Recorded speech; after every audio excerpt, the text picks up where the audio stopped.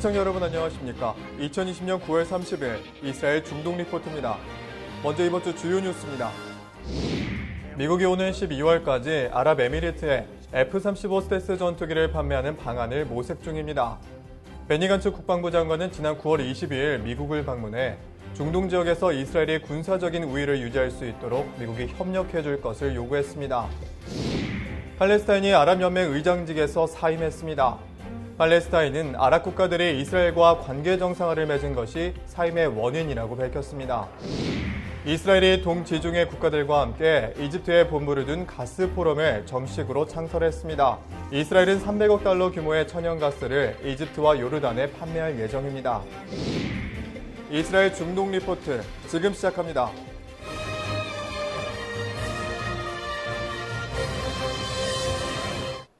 첫 소식입니다. 미국이 오는 12월까지 아랍에미리트에 F-35 스텔스 전투기를 판매하는 방안을 모색 중입니다.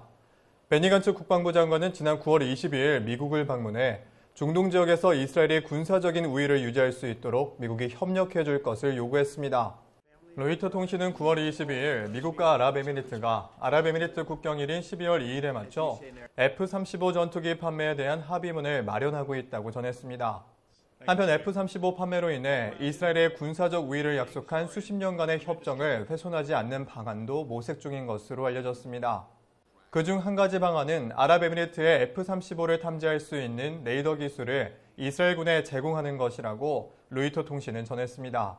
아나르 가르가시 아랍에미리트 외교부 장관은 지난 8월 이스라엘과의 교전 상태나 전쟁이 끝났기 때문에 실제로 전투기 구매가 더 쉬워져야 한다고 생각한다고 말한 바 있습니다.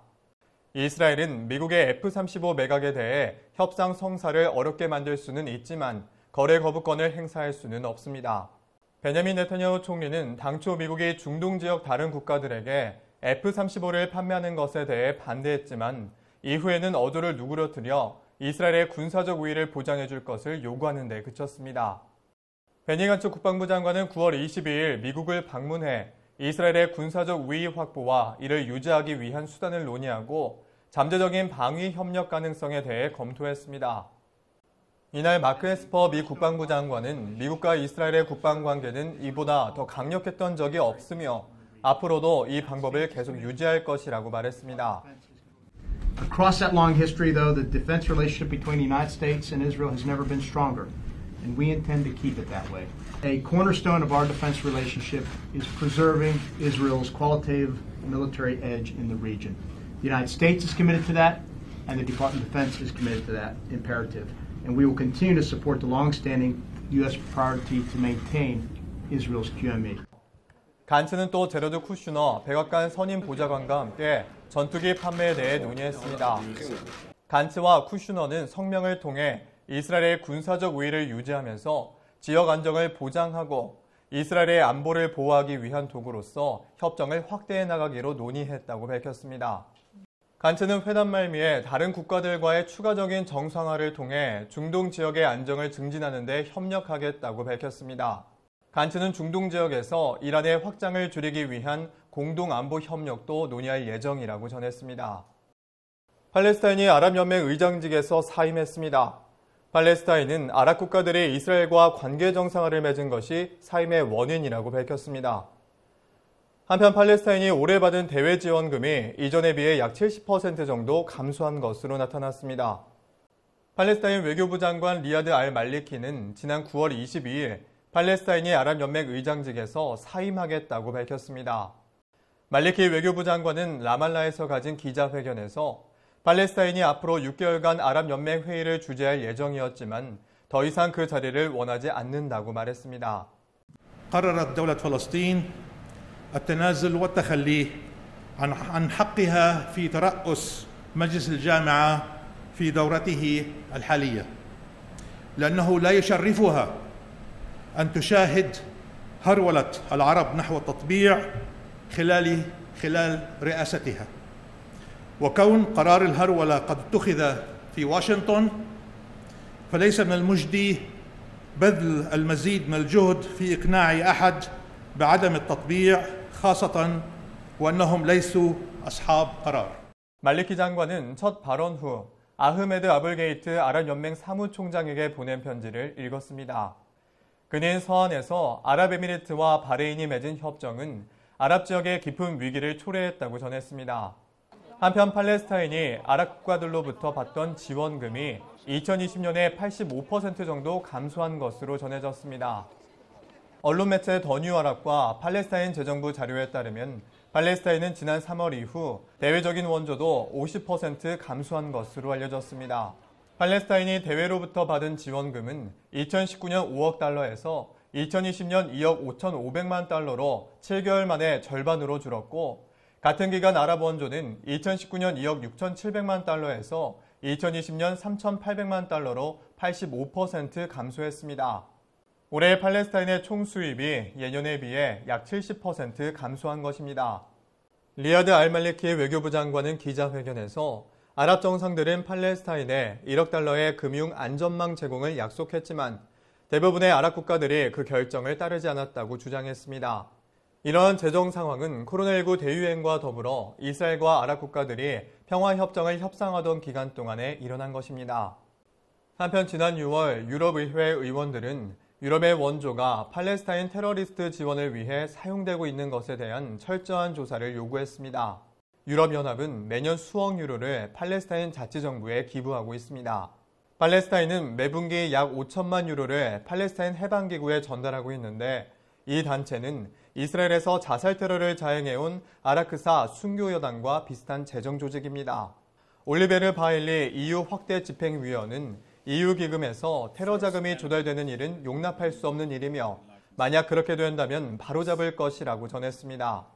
팔레스타인은 자체적인 재정 위기와 아랍 및 외국의 원조 하락으로 인한 재정난을 극복하기 위해 국내 차입을 늘리고 새로운 수입원을 찾아야 하는 상황에 놓였습니다.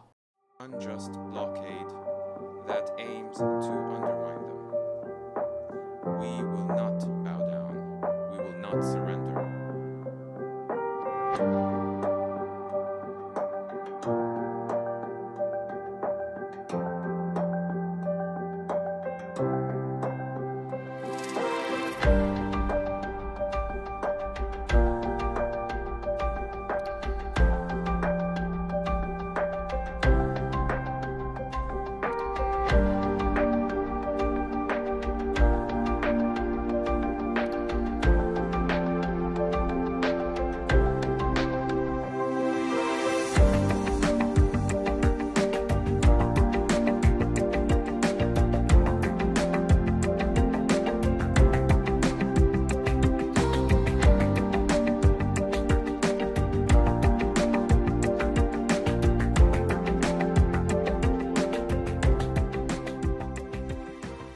이스라엘이 동지중해 국가들과 함께 이집트에 본부를 둔 가스 포럼을 정식으로 창설했습니다.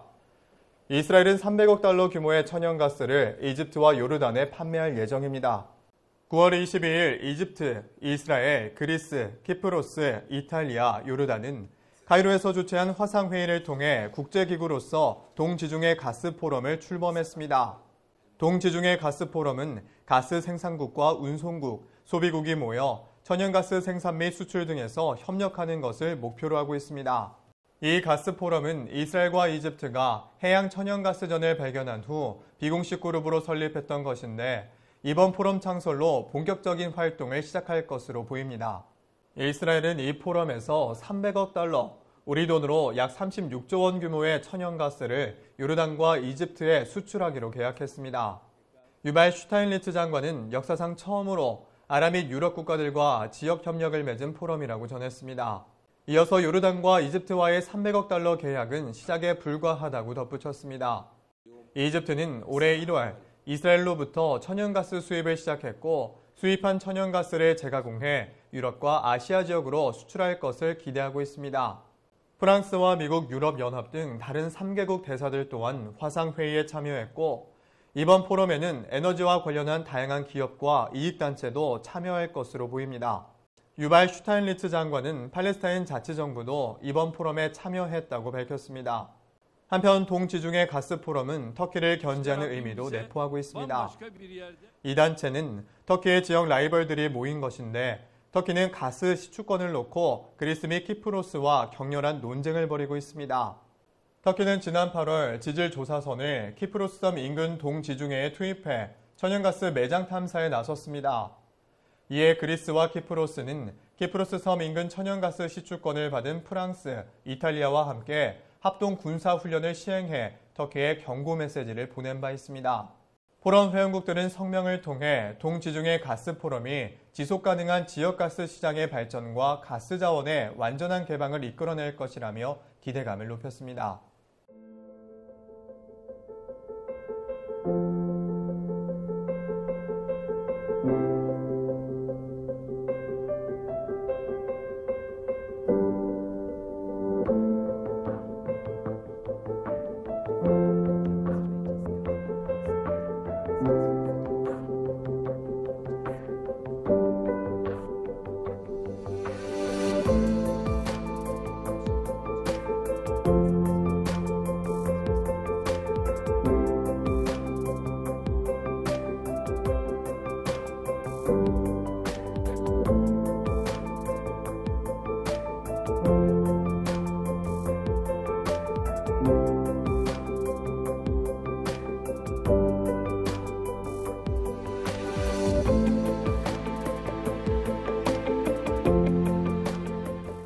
오늘 저희가 준비한 소식은 여기까지입니다.